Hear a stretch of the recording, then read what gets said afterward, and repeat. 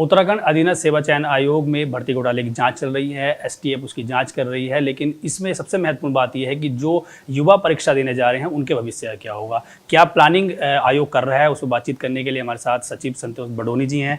बडोनी जी, बड़ा महत्वपूर्ण सवाल है कि जो युवा परीक्षा देने की तैयारी कर रहे हैं तो क्या शेड्यूल में कोई बदलाव होगा, क्योंकि बीच में ये खबरें आई थी कि कई परीक्षाएं रद्द होने वाली हैं। नहीं, रद्द होने का तो कोई भी खबर हमने आयोग ने औपचारिक कभी भी नहीं दी है। और बात यह है कि हम लोग परीक्षा की तैयारी कर रहे हैं।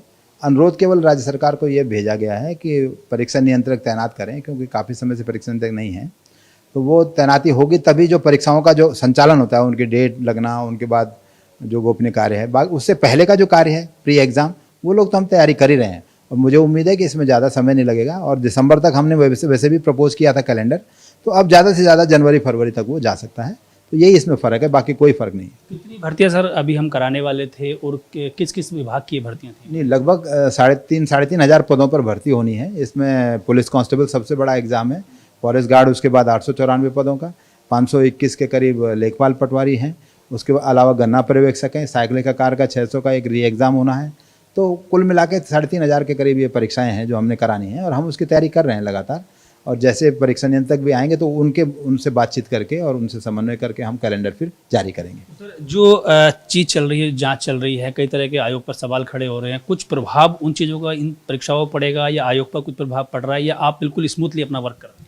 कुछ भी नहीं है उसका प्रभाव, ना तो हम पे पड़ना चाहिए ना पड़ रहा है, और हम तो अपना काम कर रहे हैं। और बस ये है कि इससे हमें जो अनुभव मिला है, ज्ञान मिला है, उससे हम इम्प्रूवमेंट की कोशिश कर रहे हैं। जैसे हमने नया कानून एक बनाया इसी बीच, तो वो काम हम नए कर रहे हैं। 2 टियर एग्ज़ाम का हमने सोचा है, जो राज्य सरकार के निर्णय के बाद हम शुरू करेंगे।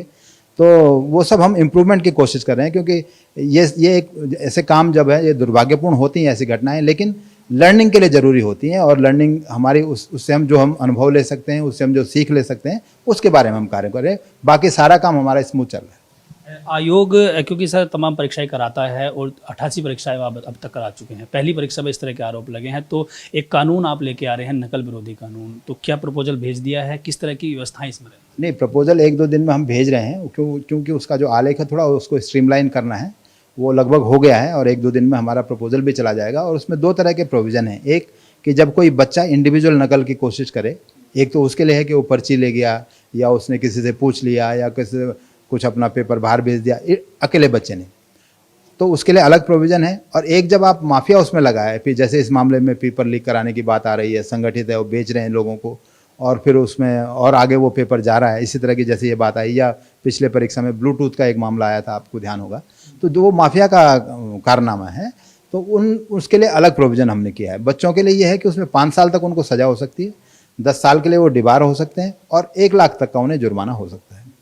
जब ये माफिया या आयोग का कोई व्यक्ति या कोई और जो दायित्वधारी है परीक्षा का, वो इसमें जुड़ा रहता है और वो नकल के मामले में आता है या परीक्षा केंद्र आता है, तो उनके लिए अलग इसमें प्रोविज़न है। उसमें 10 करोड़ तक उन्हें जुर्माना हो सकता है, उनके 10 साल तक की सज़ा हो सकती है।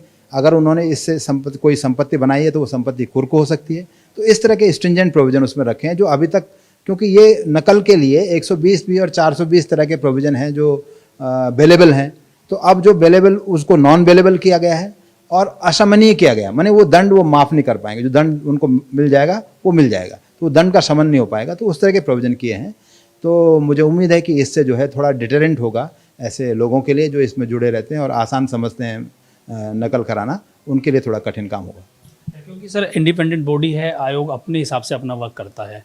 जिस तरह की चीज़ें अभी आयोग पर ये हुई हैं और आयोग पर सवाल खड़े हो गए हैं, तो आपको लग रहा है कि इन आयोग के विश्वास के लिए कुछ उचित कदम उठाना बहुत ज़रूरी है? बहुत ज़रूरी है। और जैसा मैंने कहा कि बड़े काम जैसे 2 टियर परीक्षा है, नया कानून हम प्रपोज कर रहे हैं राज्य सरकार, उसके अलावा हमारा इंटरनल अरेंजमेंट भी हमको सुधार करना पड़ेगा। अपने सेवा प्रदाताओं के साथ कैसा अरेंजमेंट करना है उसको ठीक करना पड़ेगा। और जहाँ तक इस मामले में संलिप्तता का बात है, तो अभी तक तो हमारी जानकारी में कोई ऐसी बात नहीं आई कि आयोग का कोई भी कर्मचारी इसमें था। और आगे बाकी बातें जांच में सामने आ जाएंगी। जांच हमारी भी चलेगी, सबकी चलेगी, कौन था कौन नहीं था सब सामने आ जाएगा। तो मैं समझता हूँ कि जांच अच्छी हो जाए तो वही आयोग के लिए भी एक प्रमाण पत्र होगा कि आयोग इसमें नहीं था, और जो माफिया हैं उनको सज़ा मिलेगी। तो अभी सर एसटीएफ जो जांच कर रही है, आपका सहयोग उनको मिल रहा है, आप पूरा सहयोग कर रहे हैं? लगातार कर रहे हैं। जब से हमने FIR कराई है तब से लेके, और उससे पहले भी हमने उनको सूचना का आदान प्रदान किया, एफआईआर करने से पहले भी हमारी बातचीत चलती रही है। और अभी भी जो जानकारी मांग रहे हैं, हमारा काम इस समय यही है इस जांच के बारे में कि हम उनको जो भी सहयोग है, जो भी जानकारी है, हम तत्परता से दें जिससे जांच फटाफट। और आपने देखा होगा इसीलिए जांच इतनी तेज़ी से भी चल रही है, तो इसमें हमारा भी सहयोग है। अंत में आप उन युवाओं के लिए क्या मैसेज देंगे जो तैयारी कर रहे हैं, या जो लोग अभी भी ये सोच कर चल रहे हैं कि आयोग पर इस तरह पर माफिया हम दबाव बना सकते हैं, इंचर कर सकते हैं? युवाओं के लिए खासकर क्या मैसेज आपका जो तैयारी कर रहे हैं परीक्षा? हाँ, जो सीरियस कैंडिडेट हैं, खासतौर से जो इतने कैंडिडेट हमारी परीक्षाओं में निकल चुके हैं, वो जानते हैं कि हमने 5 साल में क्या इंप्रूवमेंट किए हैं, कितने सारे काम किए हैं जो एग्ज़ाम अच्छा से हो। और मैं समझता हूँ कि उनके लिए ये मैसेज होगा कि हम इस ऐसी घटनाओं के बाद और भी अच्छा कोशिश करेंगे, आयोग और अच्छा प्रयास करेगा कि एग्ज़ाम और सुंदर हो, और ऐसे तत्वों की इसमें किसी तरह से संलिप्तता ना हो पाए, इसके लिए भी हम पूरी कोशिश करेंगे। और एग्ज़ाम्स के उनके लिए ये भी मैसेज है कि वो खुद भी शुचिता बरतें, और अगर ये कानून आ जाता है तो उन बच्चों के लिए भी बहुत बड़ी सज़ा हो सकती है और बहुत कठिनाई हो सकती है जो इसमें खुद लिप्त हो जाते हैं, क्योंकि बच्चों से ये शुरू होता है। जो पैसे लेके नौकरी के लिए घूम रहा है, उसी से ये मामला शुरू होता है। तो उनको भी अब ये ध्यान देना होगा कि वो इस तरह के गड़बड़ी से ना आए और मेहनत करने की कोशिश करें। केवल मेहनत वाला ही आगे इन परीक्षाओं में पास हो पाएगा। धन्यवाद सर, एबीपी गंगा के साथ बातचीत करने के लिए। आपके संतोष बडोनी जी, आयोग के सचिव, जिनका साफ तौर पर कहना है कि जो आगामी परीक्षाएं हैं उनके शेड्यूल में थोड़ा बदलाव किया जाएगा, लेकिन परीक्षाएं रद्द नहीं की जाएंगी। और मैसेज एक उन युवाओं के लिए भी है जो परीक्षा की तैयारी कर रहे हैं, वो मेहनत से काम करें, लेकिन माफिया जो लगातार आयोग में घुस रही बैठ कर कोशिश करते हैं, उनके लिए एक सख्त कानून आयोग बनाने जा रहा है। देहरादून से अपने सहयोगी महमद रावत के साथ पंकज राणा, एबीपी गंगा।